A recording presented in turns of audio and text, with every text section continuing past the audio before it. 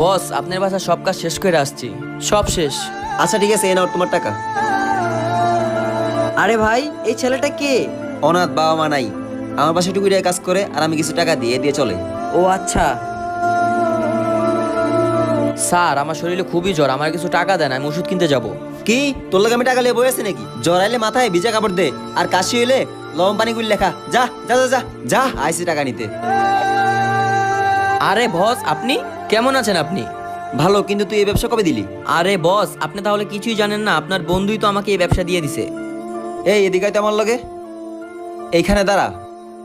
আরে ভাই, তুই তো ওর অল্প কিছু টাকা দিলেই পারতি, এত বড় দোকান নিয়ে বসাই দেওয়ার কি দরকার ছিল? ভাই, যদি কাউকে হেল্প করতে মন চায় তাহলে তাকে এমন ভাবে হেল্প করো, শুধু আজকে না, তার ভবিষ্যতের দিনগুলো যেন সে হাসি খুশি কাটাতে পারে। হ বন্ধু, বুঝতে পারছি।